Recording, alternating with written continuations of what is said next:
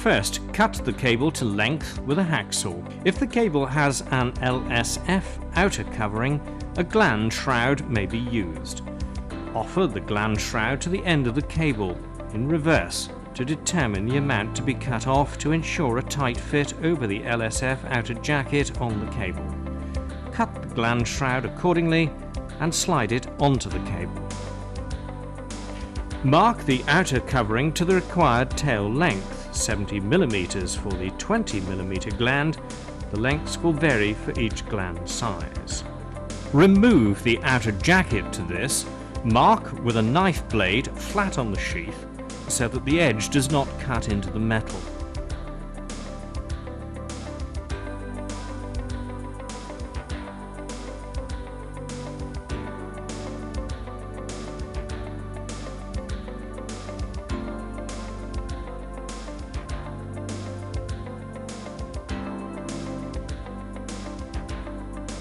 The copper sheath is then marked.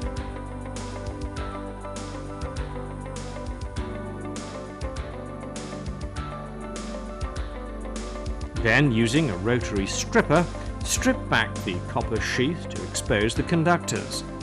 Apply the tool onto the cable end with a slight forward pressure in the direction of the cable, rotating the stripper clockwise to start the stripping action.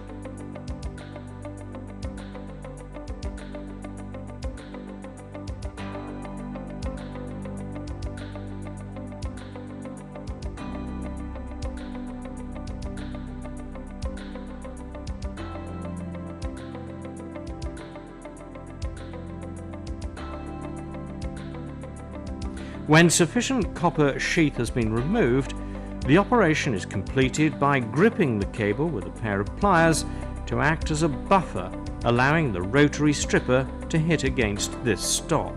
The copper swarf will cut away cleanly, leaving a neat square end. Remove all tooling and wipe the conductors to remove any remaining insulant. The cable is now ready for sealing. Slide the compression gland onto the cable sheath, but do not tighten.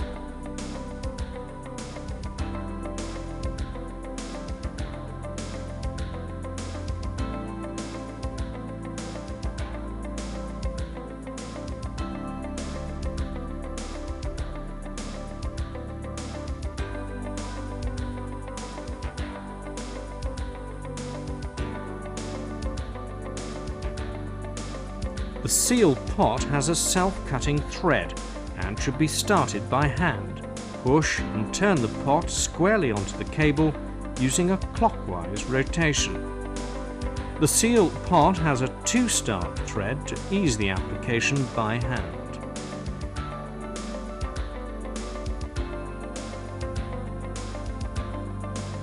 Then grip the knurled base of the pot with pliers, grips or wrench, and screw the seal pot fully onto the sheath so it is level with or protruding slightly from the shoulder inside the seal pot. Do not reverse the screwing motion whilst fitting the pot, as this can cause slackness of the pot, which can adversely affect the sealing performance or earth continuity. Examine the pot interior and remove any metal hairs or loose powder that may have resulted from the screwing action. Slide the stub cap or disc sleeve assembly over the conductors and into the seal pot recess to check for fit, then partially withdraw. Press the grey plastic sealing compound into the seal pot from one side only to avoid cavities, preferably with the thumb or finger behind the paper to ensure cleanliness. Fill the seal pot completely, overfilling slightly. Care should be taken to avoid contamination of the sealing compound. Slide the stub cap or disc sleeve assembly over the conductors down onto the sealing compound and start to press into the recess within the seal pot, applying pressure only to the face of the cap or disc. The seal is now ready for crimping. Several types of crimping tool are available, with varying costs and application time. In this case, we're using a hand crimper, reference ZDC20.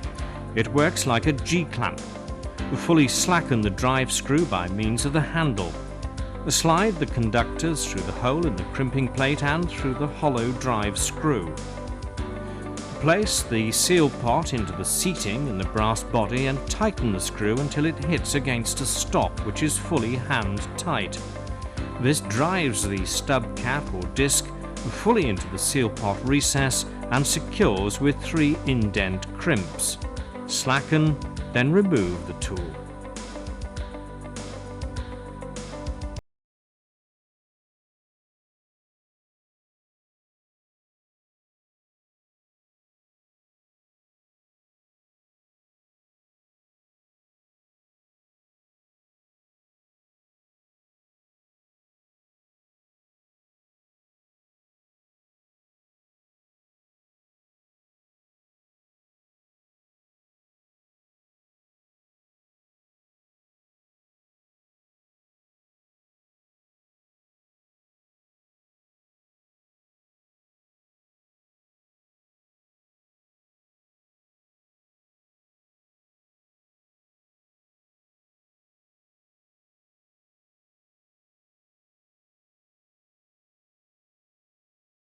Identification is then applied to that sleeving by colour or a numeric marking system.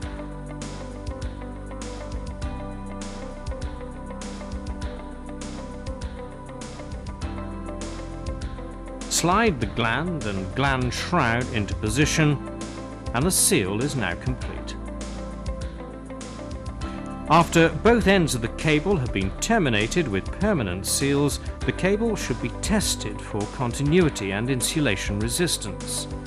This initial test is to check for major faults such as short circuits within the seal pot, in which case the fault can be located and rectified. The insulation resistance reading should be noted and compared with the value measured 24 hours later. The insulation resistance should be at least 100 meg ohms and have risen from the initial test. However, an insulation test should never be carried out on a cable which has unsealed ends, because this will result in false and misleading readings. Moisture in the atmosphere can be recorded, tracking across the face of the